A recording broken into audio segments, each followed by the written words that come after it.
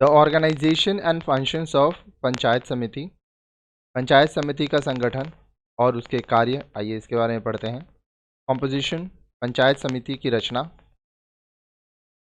Panchayat samiti is the intermediate और the middle tyre of panchayat Raj system.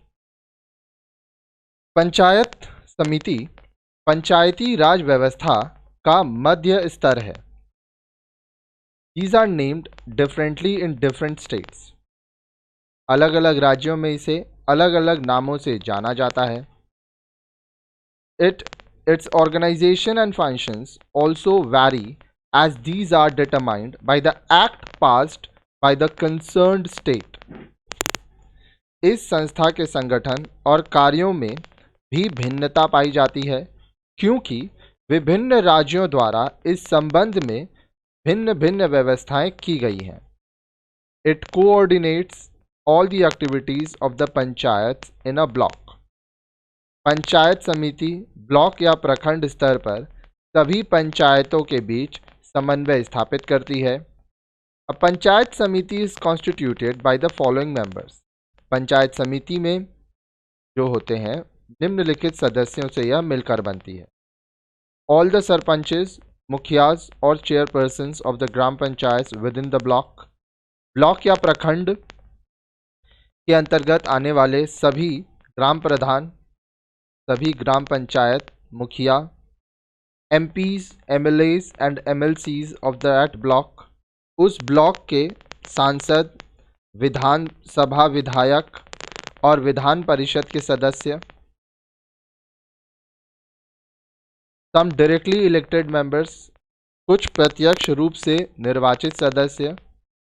The elected members of zila परिषद from that block, block से चुने गए जिला परिषद के सदस्य। सम ऑफिसर्स ऑफ दैट ब्लॉक, उस ब्लॉक के कुछ अधिकारी। डू यू नो, क्या आप जानते हैं? Uh panchayati samiti is created at the block level. Panchayat समिति ब्लॉक या प्रखंड स्तर पर बनाई जाती है। Each block consist of the areas of several panchayat. प्रत्येक ब्लॉक के अंतर्गत कई पंचायत क्षेत्र आते हैं। In different states it is known by different names. In Andhra Pradesh Mandal Praja Parishad, Assam the Anchalik panchayat, Gujarat the Taluka panchayat,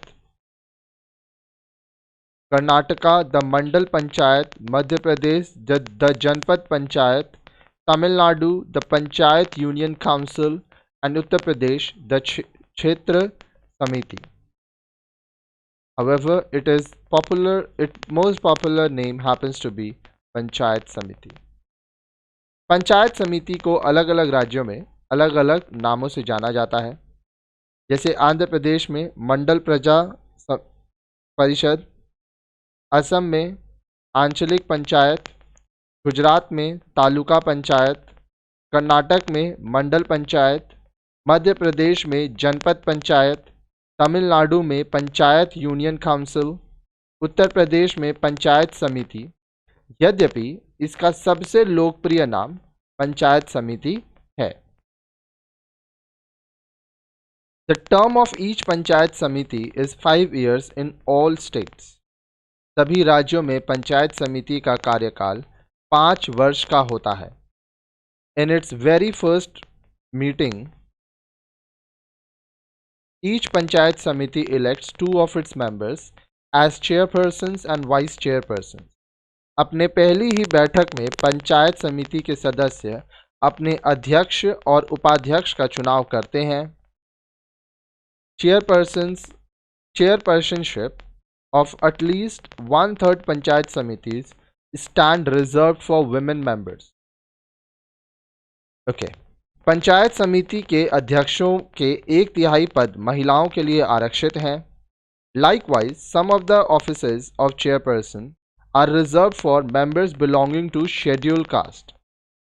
इसी तरह अध्यक्ष के कुछ पद अनुसूचित जाति और अनुसूचित जनजाति के लिए आरक्षित हैं।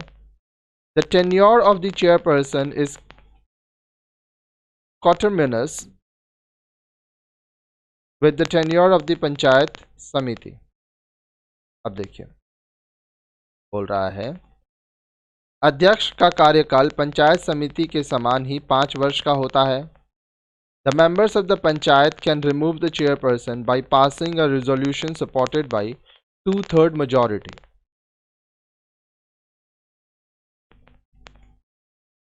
पंचायत समिति के सदस्य 2/3 मतों से प्रस्ताव पारित कर अध्यक्ष को पद से हटा भी सकते हैं। A panchayat samiti usually meet at least 6 times in 1 year। Panchayat samiti सामान्यतः वर्ष में 6 बैठकें करती हैं। There cannot be a gap of more than 2 months between its 2 meetings। इसकी 2 बैठकों के बीच 2 महीनों से ज़्यादा का अंतर नहीं होना चाहिए। A meeting of पंचायत समिति is either ordinary or special। Panchayat समिति की बैठक सामान्य और विशिष्ट 2 प्रकार की होती है। The date of every meeting is fixed by the chairperson of the panchayat समिति and in his or her absence by the vice person। Panchayat समिति की बैठक की तिथि अध्यक्ष द्वारा या उसकी अनुपस्थिति में उपाध्यक्ष द्वारा तय की जाती है। Its chief administrative officer is Block Development Officer, popularly known as BDO। Block स्तर पर मुख्य प्रशासनिक अधिकार ब्लॉक विकास अधिकारी BDO होता है। ठीक है। Functions of panchayat samiti. पंचायत समिति के कार्य। पंचायत समिति performs a number of functions. Panchayat समिति कई कार्य करती है। सम of important functions are agriculture, land improvement, watershed development, social and farm forestry, and technical and vocational education। अब देखिए, बोल रहा है पंचायत समिति कई कार्य करती है। उनमें से कुछ महत्वपूर्ण कार्य हैं कृषि, भूमि को बेहतर बनाना, जल आच्छादित क्षेत्र का विकास करना, सामाजिक और फार्म वनीकरण करना, तकनीकी और व्यावसायिक शिक्षा की व्यवस्था करना। Besides, the पंचायत समिति implements certain schemes and programs for which specific funds are allocated by the state government or central government।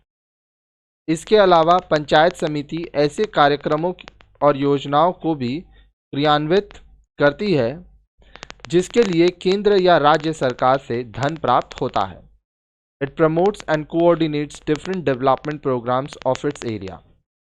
यह अपने क्षेत्र के विभिन्न विकास कार्यों को बढ़ावा देने के साथ उनके बीच समन्वय की भी स्थापित करती है। It has the responsibilities like, अब उसके क्या उत्तरदायित्व हैं? Provision of drinking water in the villages, गाँव में पीने के पानी की व्यवस्था करना। Development of and repairs of rural roads, गांव की सड़कों का विकास करना, उनकी मरम्मत करना। Framing of rules and regulations for the markets, बाजारों के लिए नियम व नियंत्रण की व्यवस्था करना।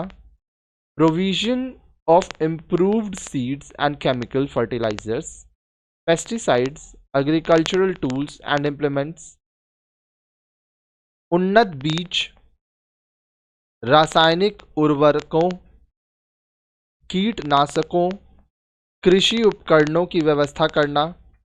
Promotion of cottage industry such as handlooms, handicrafts, traditional art and artisans,